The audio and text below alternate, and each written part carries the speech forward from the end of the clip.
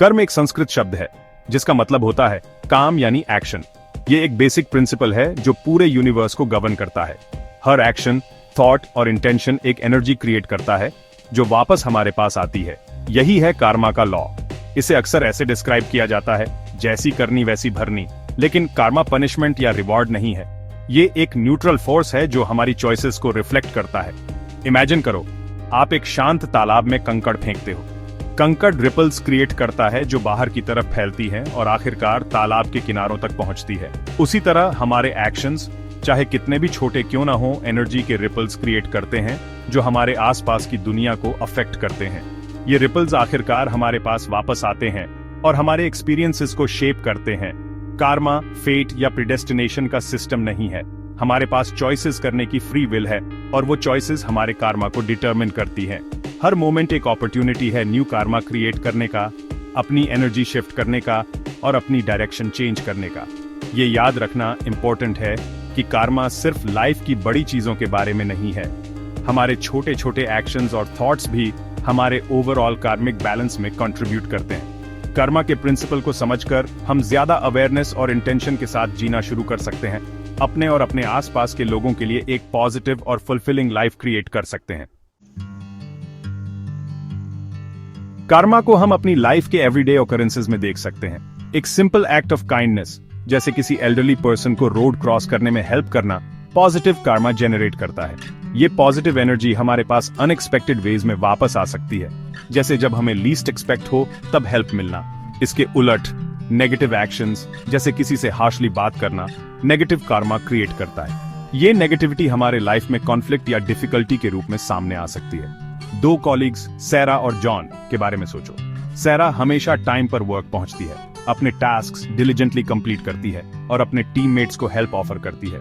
दूसरी तरफ जॉन अक्सर लेट होता है, अपने असाइनमेंट्स प्रोक्रेस्टिनेट करता है और फ्रीक्वेंटली कंप्लेन करता है। टाइम के साथ सैरा के पॉजिटिव एक्शंस उसके लिए एक हार्मोनियस और प्रोडक्टिव वर्क एनवायरनमेंट क्रिएट करते हैं।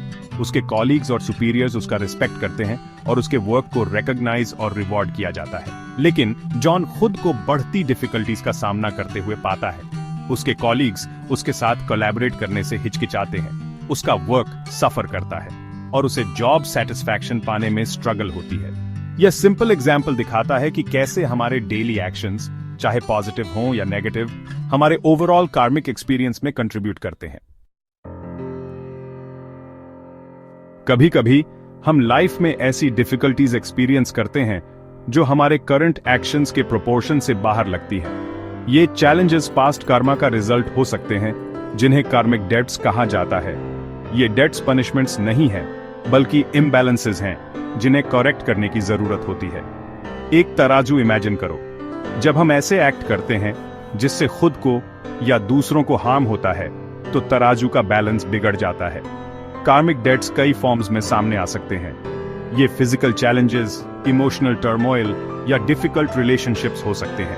ये याद रखना इंपॉर्टेंट है कि ये एक्सपीरियंसेस हमें पनिश करने के लिए नहीं है, बल्कि ये ग्रोथ और लर्निंग के अपॉर्चुनिटीज हैं। इन चैलेंजेस को अवेयरनेस और अंडरस्टैंडिंग के साथ फेस करके हम अपने कार्मिक डेट्स को हील करना और तराजू में बैलेंस रिस्टोर करना शुरू कर सकते हैं। कार्मिक डेट्स को हील करना माइंडफुलनेस कल्टीवेट करने से शुरू होता है। इसमें अपने थॉट्स, वर्ड्स और एक्शंस पर ध्यान देना शामिल है और यह समझना है कि वे हमारे कार्मिक बैलेंस में कैसे कंट्रीब्यूट करते हैं। जब हम अपने नेगेटिव पैटर्न्स के बारे में अवेयर हो जाते हैं, तो हम उन्हें चेंज करने के लिए कॉन्शियस चॉइसेस करना शुरू कर सकते हैं। कार्मिक डेट्स को हील करने में कंपैशन भी क्रूशियल है। जब हम अपने चैलेंजेस को सेल्फ कंपैशन और अंडरस्टैंडिंग के साथ अप्रोच करते हैं, तो हम सेल्फ जजमेंट और पनिशमेंट की नीड को रिलीज कर सकते हैं। कार्मिक हीलिंग के लिए खुद को और दूसरों को फॉरगिव करना भी एसेंशियल है। एंगर, रिजेंटमेंट या गिल्ट को होल्ड करके रखना हमें पास्ट से बांधे रखता है और हमें आगे बढ़ने से रोकता है। फॉरगिवनेस हार्मफुल एक्शंस को कंडोन करने के बारे में नहीं है, बल्कि उस नेगेटिव एनर्जी को रिलीज करने के बारे में है जो हमें बाइंड करती है।